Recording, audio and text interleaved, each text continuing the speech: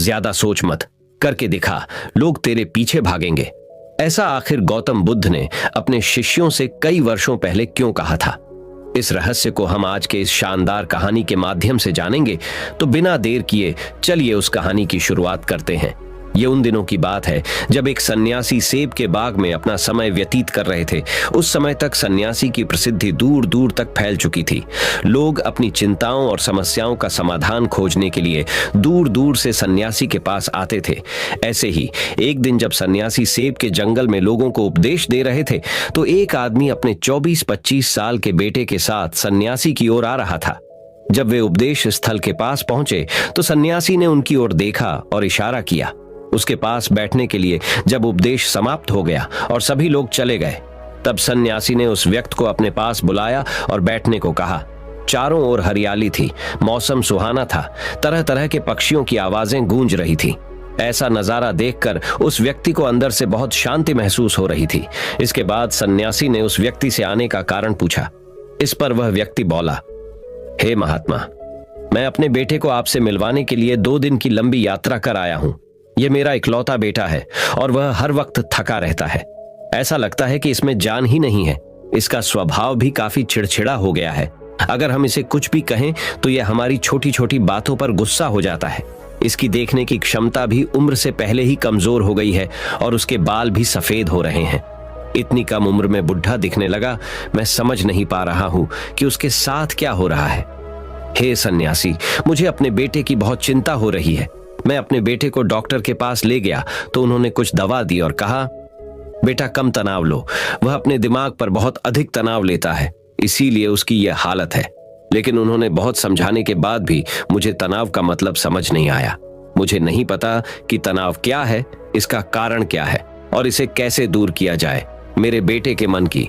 लेकिन सबसे पहले मुझे यह समझना होगा कि तनाव क्या है, इसलिए मैं आपके पास आया हूं। सन्यासी, कृपया मेरी समस्या का समाधान करें। यह सुनकर सन्यासी ने उनके बेटे को बहुत ध्यान से देखा। उसके चेहरे को देखा, उसकी आंखों को देखा, फिर उसके हाथों की नाड़ी भी जांची।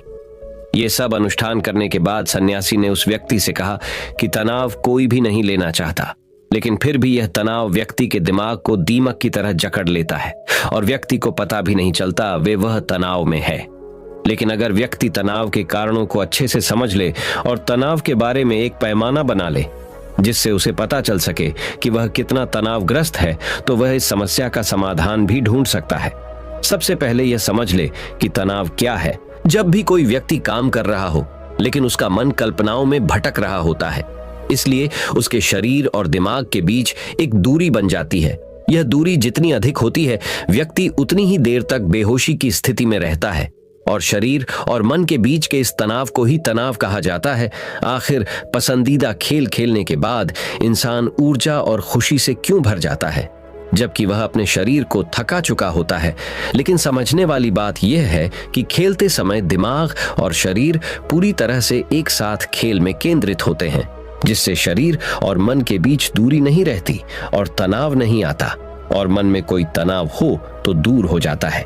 लेकिन इसके विपरीत जब हम कुछ ऐसा करते हैं जो हमें पसंद नहीं है, तो हमारा शरीर वह काम तो कर रहा है, लेकिन हमारा मन कहीं दूर कल्पनाओं में भटक रहा है, जिससे शरीर और दिमाग के बीच दूरी पैदा हो जाती है और तनाव पैदा हो जाता है।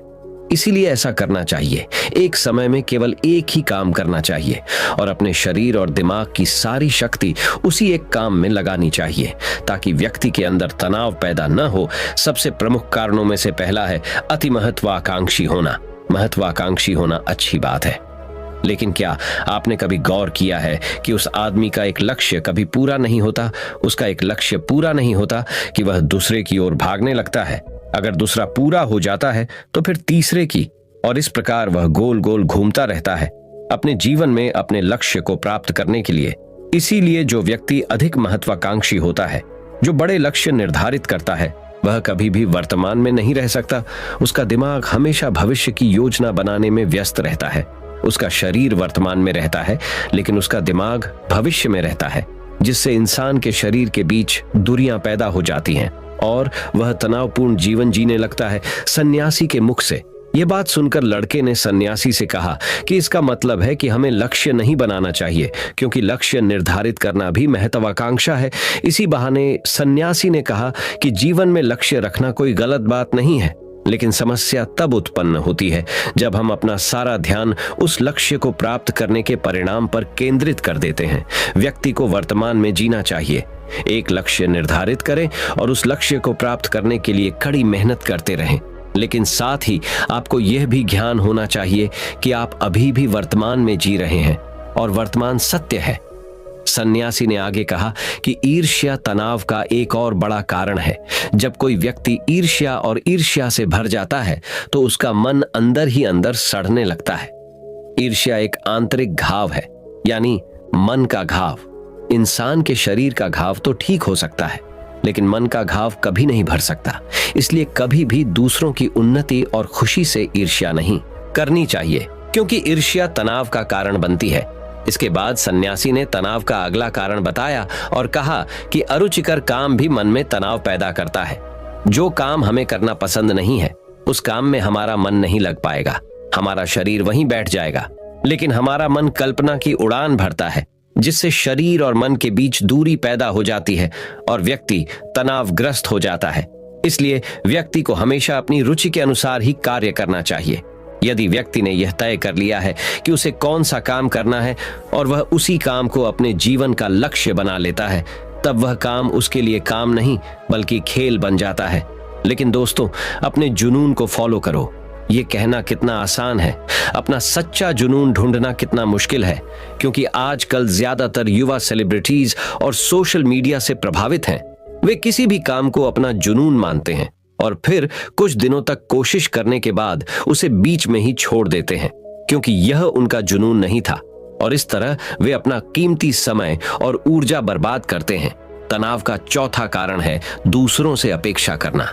सन्यासी ने उस व्यक्ति की ओर इशारा करते हुए कहा, एक पिता के रूप में तुम्हें अपने बेटे से बहुत सारी उम्मीदें होंगी कि आपका बेटा बहुत सफल इंसान बने, आपका नाम रोशन करे और जैसा जीवन चाहे वैसा जिए, आपकी हर बात माने।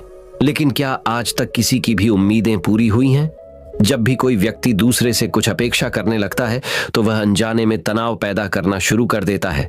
खुद के लिए जरा सोचिए, अगर आपका बेटा आपके मुताबिक काम नहीं कर रहा है और वह वैसा नहीं बन रहा है जैसा आप उसे बनाना चाहते हैं, तो निश्चित तौर पर तनाव आपके दिमाग पर हावी हो जाएगा। आप तनावपूर्ण जीवन जीने लगेंगे और इस तनाव में आप इस तरह व्यवहार और बातचीत करेंगे कि आपके अपने बेटे के साथ संबंध बद से बदतर होते चले जाएंगे। इसलिए व्यक्ति को दूसरों से अपनी क्षमता से कम उम्मीदें रखनी चाहिए, और अगर आप पूरी तरह से तनाव मुक्त रहना चाहते हैं तो दूसरों से उम्मीद करना बंद कर दें। इसके बाद सन्यासी ने कहा कि शारीरिक कष्ट भी मनुष्य के तनाव का एक कारण है। जब कोई व्यक्ति किसी शारीरिक दर्द से गुजर रहा होता है तो उसका पूरा ध्यान उस दर्द पर होता है और वह सारा दिन बस अपने दर्द के बारे में ही सोचता रहता है, जिससे उसका मन दुखद विचारों से भर जाता है और ऐसे में व्यक्ति तनावग्रस्त रहने लगता है। ये सब सुनकर वह व्यक्ति बोला कि हे सन्यासी, शारीरिक कष्ट किसी भी व्यक्ति को हो सकता है, तो क्या वह व्यक्ति जीवन भर तनाव में रहेगा? इसका उत्तर देते हुए सन्यासी ने कहा कि मनुष्य को यह समझना चाहिए कि हमारा जीवन दुख का आधार है। जैसे जैसे हमारा जीवन चलता है, बीमारियां आती हैं और फिर अंत में मृत्यु आती है।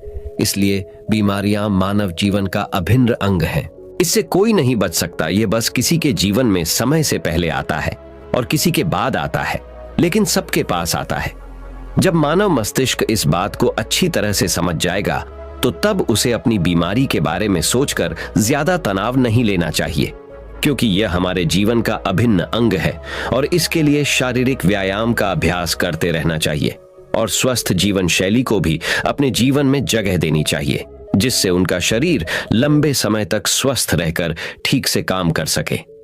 तनाव का अगला कारण है अपनी योजनाओं को समझने के लिए समय न देना।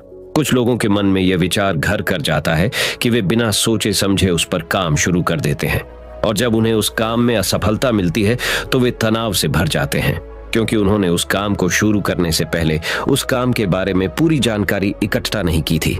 किसी भी कार्य को शुरू करने से पहले व्यक्ति को उसके अच्छे और बुरे परिणाम के बारे में ठीक से विचार कर लेना चाहिए।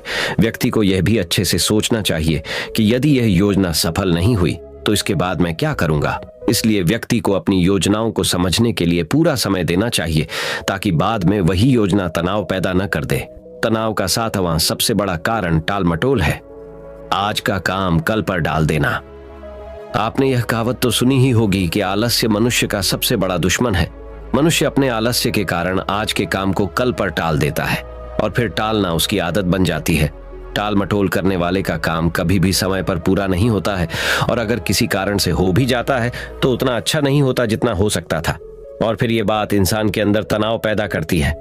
लेकिन आखिरी समय पर टालना या न करना एक आदत है, इसलिए न चाहते हुए भी व्यक्ति बार बार इस आदत का शिकार हो जाता है और फिर काम को टालता रहता है, और फिर जब काम की समय सीमा नजदीक आ जाती है तो वह उस काम को पूरा करने की कोशिश करता है। इसलिए तनाव मुक्त रहने के लिए व्यक्ति को काम को टालने की आदत को छोड़ना होगा, और यह तभी संभव है जब लोग काम को समय से पहले पूरा करने का प्रयास करेंगे। तनाव का आखिरी और सबसे बड़ा कारण है ज्यादा सोचना। लगातार सोचना भी एक बीमारी है, और यह उन लोगों में सबसे ज्यादा पाई जाती है जो कल्पनाएं करते हैं, जो अतीत की घटनाओं के बारे में सोचते रहते हैं और जो भविष्य के बारे में बेतहाशा सोचते रहते हैं। इसलिए व्यक्ति को ज्यादा सोचने की आदत पर अंकुश लगाना चाहिए। उसे जितना हो सके खुद को काम में व्यस्त रखने की कोशिश करनी चाहिए, और प्रतिदिन ध्यान के अभ्यास को अपने जीवन का हिस्सा बनाएं। सन्यासी के मुख से ये सभी बातें सुनकर वह व्यक्ति हाथ जोड़कर बोला, हे सन्यासी, मेरा बेटा अभी सिर्फ 20 साल का है और उसे इतनी समझ भी नहीं है कि वह सभी बातों का पालन कर सके। कृपया तनाव दूर करने का कोई आसान तरीका बताएं, तावे मेरा बेटा भी उसे अपना सके और तनाव मुक्त रह सके। उस व्यक्ति की यह विनती सुनकर सन्यासी ने कुछ सोचते हुए उत्तर दिया, यदि आप इतनी सारी बातों का पालन नहीं कर सकते तो इसके लिए एक बहुत ही आसान तरीका है। आप एक समय में एक ही काम करने पर ध्यान केंद्रित करते हैं। आप उस समय जो कर रहे हैं बस उसी पर ध्यान केंद्रित करें, और यदि आपका मन भटकता है तो जैसे ही आपको याद आए अपना ध्यान उस काम पर लौटा दें। तनाव मुक्त रहने का यह सबसे आसान और अच्छा तरीका है। जब आप खाएं तो केवल खाएं, उसके स्वाद का आनंद लें, उसे महसूस करें। जब आप चलें तो अपना ध्यान केवल चलने पर केंद्रित करें। इससे आपका दिमाग और शरीर दोनों एक ही जगह पर केंद्रित रहेंगे। दोनों के बीच कोई दूरी नहीं रहेगी, जो तनाव का मुख्य कारण है। दोस्तों, आज की युवा पीढ़ी एक ही समय में 2 या 3 काम करने की आदी हो गई है, जैसे फोन पर बात करते हुए गाड़ी चलाना, खाना खाते समय टीवी देखना या फोन का इस्तेमाल करना। और फिर उनकी शिकायत रहती है कि मैं तनाव में रहता हूं, मेरा मन बेचैन रहता है, मैं चिड़चिड़ा हो गया हूं। जब कोई व्यक्ति एक समय में 3 काम करता है तो यह स्वाभाविक है तनाव उत्पन्न होना, क्योंकि दिमाग एक समय में एक ही काम पूरे ध्यान से कर सकता है। कभी भी एक ही समय में 2 चीजों पर पूरा ध्यान केंद्रित नहीं कर पाता। इसलिए जहां तक हो सके एक समय में एक ही काम को पूरे ध्यान से करने की कोशिश करें। दोस्तों, मुझे उम्मीद है कि आपको इस कहानी से बहुत कुछ सीखने को मिला होगा। लेकिन रुकिए, अब हम एक और कहानी से गौतम बुद्ध से जानेंगे कि कर्म क्या है और कर्म किसे कहते हैं। आगे बढ़ने के लिए हमें कौन से कर्म करने चाहिए। तो चलिए उस कहानी की शुरुआत करते हैं। कर्म क्या है और कर्म किसे कहते हैं। दोस्तों, आज का यह वीडियो आप सभी के लिए बहुत ही खास होने वाला है, क्योंकि दोस्तों आज मैं आपको गौतम बुद्ध की कहानी के जरिए बताने वाला हूं कि कर्म क्या है और कर्म किसे कहते हैं। दोस्तों, एक बार महात्मा गौतम बुद्ध के शिष्य ने उनसे पूछा कि कृपया हमें यह बताएं कि कर्म क्या है और कर्म किसे कहते हैं। तो उसके बाद महात्मा गौतम बुद्ध ने अपने शिष्य से कहा कि कर्म को समझने के लिए मैं तुम्हें एक कहानी सुनाता हूं। इस कहानी से तुम समझ जाओगे कि कर्म क्या है और कर्म किसे कहते हैं। और दोस्तों, मैं आज आप सभी को वही कहानी बताने वाला हूं जो बहुत साल पहले महात्मा गौतम बुद्ध जी ने अपने शिष्य को कर्म क्या है ये समझाने के लिए सुनाई थी। दोस्तों, अगर आपको ये कहानी पसंद आई तो अपने दोस्तों के साथ इसे शेयर करना मत भूलिए। तो बिना देर किए कहानी को शुरू करते हैं। दोस्तों, बुलंद शहर का एवक राजा था जो अपने मंत्री के साथ घोड़े पर बैठकर अपने राज्य का भ्रमण कर रहा था। राज्य का भ्रमण करने के बाद राजा एक दुकान के पास रुक गया, और रुकने के बाद राजा ने अपने मंत्री से कहा कि मंत्री जी, मालूम नहीं क्यों, लेकिन मुझे लगता है कि इस दुकानदार को कल के कल फांसी की सजा सुना दूं। और मुझे इसे मृत्यु दंड देने की इच्छा हो रही है। उसके बाद मंत्री जी राजा से इसका कारण पूछ पाते, इससे पहले राजा उससे आगे निकल गए। मंत्री ने इसका कारण पता करने के लिए अगली सुबह अवतार बदलकर आम जनता का रूप धारण करके उस दुकानदार के पास पहुंचा। और वैसे तो दुकानदार चंदन की लकड़ियां बेचने का काम करता था। इसके बाद मंत्री जी ने दुकानदार से पूछा कि भाई आपका काम कैसे चल रहा है। उसके बाद दुकानदार ने कहा कि भाई बहुत ही बुरा हाल चल रहा है। लोग दुकान पर आते हैं, चंदन को सूंघते हैं और फिर उसकी प्रशंसा तो बहुत करते हैं, लेकिन खरीदता तो कोई भी नहीं।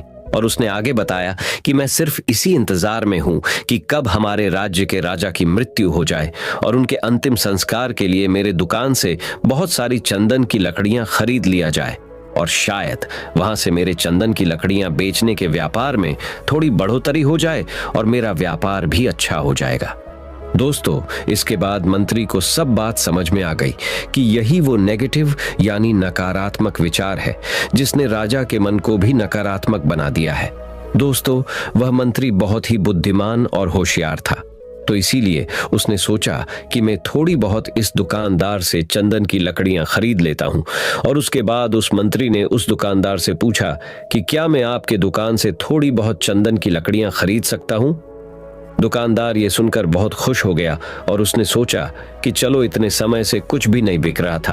और उसके बाद उस दुकानदार ने कुछ चंदन की लकड़ियों को अच्छी तरह से पैक करके उस मंत्री जी को दे दिया। दोस्तों, उसके बाद मंत्री ने अगली सुबह राजा के दरबार में पहुंच गया और उसने राजा से कहा कि राजा, वो जो दुकानदार है ना, उसने कुछ चंदन की लकड़ियां आपके लिए तोहफे के रूप में भेजी है। ये बात सुनकर राजा बहुत खुश हुआ और मन ही मन सोचने लगे कि मैं बेकार में ही उस दुकानदार के बारे में गलत सोच रहा था।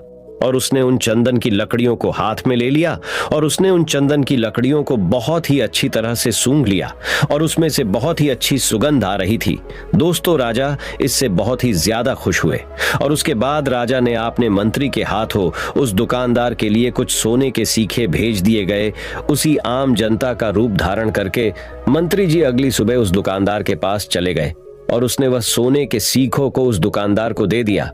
दोस्तों, उसके बाद दुकानदार बहुत खुश हुआ और मन ही मन उसने सोचा कि मैं बेवजह अपने राज्य के राजा के बारे में गलत सोच रहा था। राजा तो बहुत ही ज्यादा दयालु है। और यहीं पर महात्मा गौतम बुद्ध जी ने कहानी को खत्म किया। ये कहानी जब खत्म हुई तब गौतम बुद्ध ने अपने शिष्यों से कहा कि अब आप बताएं कि कर्म क्या होता है। तब गौतम बुद्ध जी के सभी शिष्यों ने जवाब देते हुए कहा कि शब्द ही हमारे कर्म होते हैं और हम जो भी काम करते वही हमारे कर्म होते हैं और जो हमारी भावनाएं होती हैं वही हमारे कर्म होते हैं। महात्मा गौतम बुद्ध जी के सभी शिष्यों के जवाब को सुनने के बाद महात्मा गौतम बुद्ध ने कहा कि आपके विचार ही आपके कर्म हैं। अगर आपने अपने खुद के विचारों पर नियंत्रण पाना सीख लिया तब आप एक महान इंसान बन जाते हैं। जब आप अच्छा सोचते हैं तब आपके साथ अच्छा ही होता है और वो होता ही रहेगा। दोस्तों, इसीलिए मैं भी कहना चाहूंगा कि अगर आप अच्छा सोचोगे तो दूसरे लोग भी अपने आप आपके बारे में अच्छा सोचने लग जाएंगे। दोस्तों, अगर आप चाहे कि यह महात्मा गौतम बुद्ध जी की बातें और लोगों तक भी पहुंचे तो कर्म क्या है और कर्म किसे कहते हैं, इस लाइफ चेंजिंग वीडियो को अपने दोस्तों के साथ जरूर शेयर कीजिए। और ये कहानी आपको पसंद आई होगी तो नीचे कमेंट बॉक्स में कमेंट करके हमें जरूर बताएं कि ये कहानी आपको कैसी